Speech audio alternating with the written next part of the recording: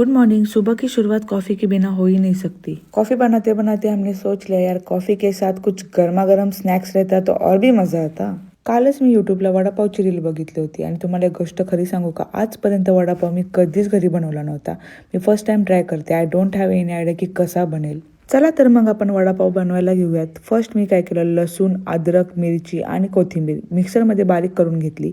त्यानंतर बटाटे शिजून घेतले। मग एक पॅन घेतला, त्याच्यामध्ये जिरा आणि कढीपत्त्याची फोडणी दिली आणि आपण मिक्सरमध्ये बारीक केलेला मसाला आणि बटाटे चांगले त्या तेलामध्ये परतून घेतले। त्यानंतर घेतलं बेसन पीठ, त्याच्यामध्ये हळद आणि चवीपुरतं मीठ टाकून चांगलं असं मिक्स करून घेतलं। आणि मी कोणतीही गोष्ट बनवत असेल ना तर बच्चा नेहमी मला हेल्प करत असतो। मग आम्ही दोघांनी एकत्र मिळून वडापाव बनवले। मी ग्रीन चटणी आणि इमलीची चटणी बनवून ठेवली होती। मग छान असं आम्ही डेकोरेशन केलं आणि लसूण चटणी पण मी इंडियावरून घेऊन आले होते। आणि फायनली आमचे वडापाव झाले रेडी आणि एक्सपेक्टेशनपेक्षाही खूप जास्त चांगला वडापाव झाला होता। वा भाई खाके मजा आ गया। असा होता आजचा आमचा दिवस। भेटू नेक्स्ट व्लॉगमध्ये। Bye bye.